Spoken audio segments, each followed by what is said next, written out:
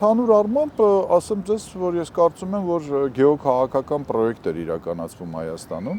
Հայաստանի շուրջ եւ Հայաստանում եւ ռեգիոնում, որի համար ընտրվել էին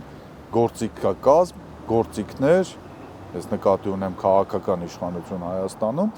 եւ մեթոդաբանություն։ Այսինքն մեթոդաբանությունը կարող լիներ Արցախը, ամեն դեպքում Արցախը որոշված էր, որ ամենայն հավանականությամբ պետք է հանձնվի, Արցախը կար երկու ճանապարհ, կամ հանձնվեր այսպես կոչված Մինսկի խմբի ծրագրի շրջանակում,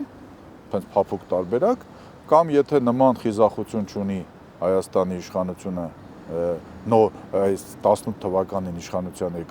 եկած իշխանությունը իր լեգիտիմության ամենաբարձր, ասենք, կետում խիզախություն չունի ժողովրդի հետ խոսա, որ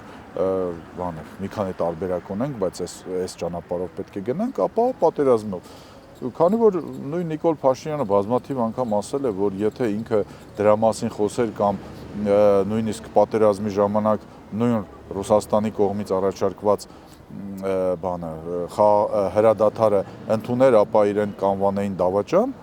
ապա ինքը գնացել է ըստ էության այդպես է ստացվում իր խոսքերից ելնելով եւ հիմա արդեն երբ այսպես ասենք դեպքերի բարձունքից ենք նայում, ապա ինքը գնացել է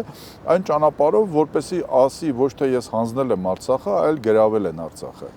Դրա մասին էլ է բազմաթիվ անգամ ասվել։ Այդ իսկ պատճառով հիմա շատ հեշտ է գնահատական տալ։ Արել են այն, ինչ պլանավորել են, արել են շատ գրեիկ ձևով, արել են մեծ զոհերի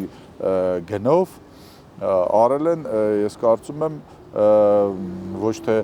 խաղաղության հասնելու, արժանապատիվ խաղաղության հասնելու գնով, այլ կապիտուլյացիայի գնով։